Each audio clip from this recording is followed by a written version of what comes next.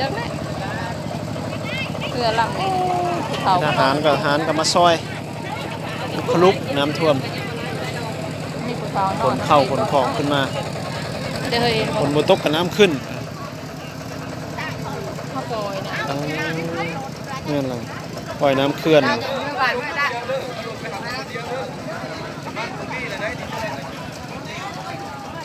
เรือเข้าจุดขาค่อยเรือขึ้นมาถีบเนาะ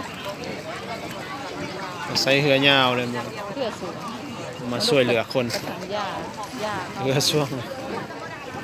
บนรถเขาขนเข้าเอารถทหารมาช่วยขนเข้ากับน้ำท่วมบาดนี้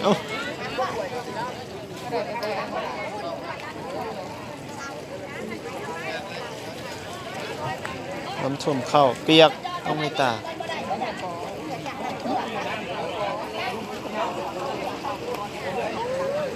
ให้ทะเลาะกันเฉยนะคะ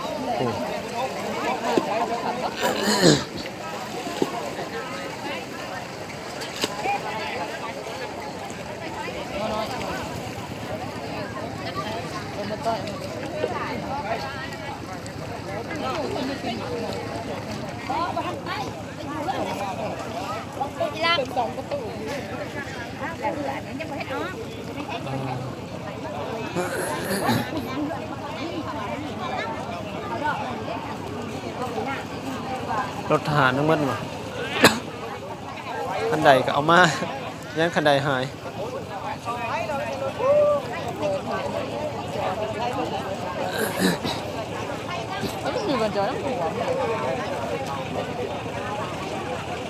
เป็นหลายสดปะ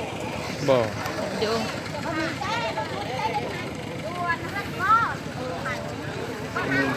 มีคนโซอยู่ในเรือมีผู้เฒ่าโซ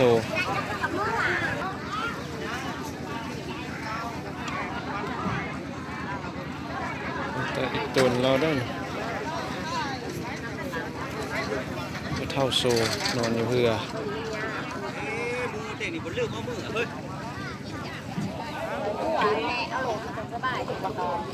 เรือบาทด้วยนี่ฮะ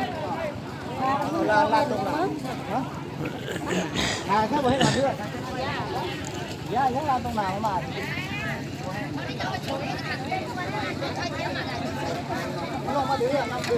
มุ้ยผัดไปซอยเราเร็ว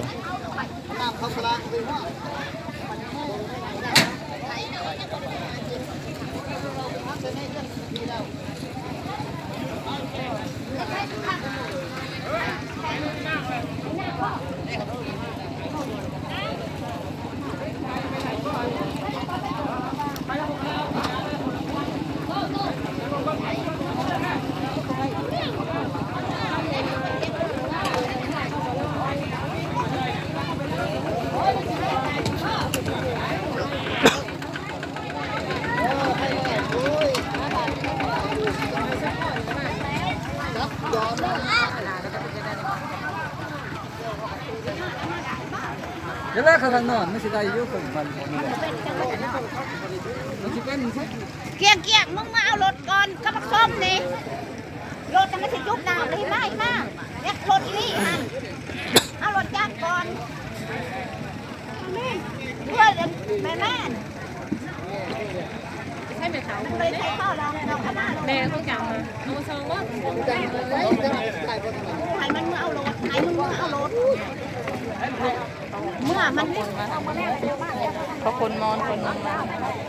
มึงก็ชิมงานนะพี่ถ่ายเป็นได้ปะ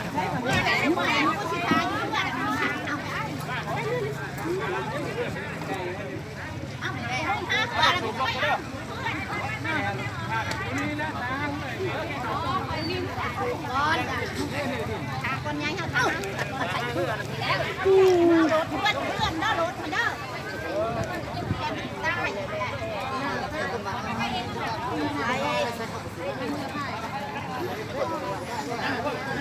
แกพอพระเอา เมื่อเลยเลยเงินเลยบ่เงินเลยเขามันเป็นแม่ทำอะไรไปทุกคนมากไป ไปซะ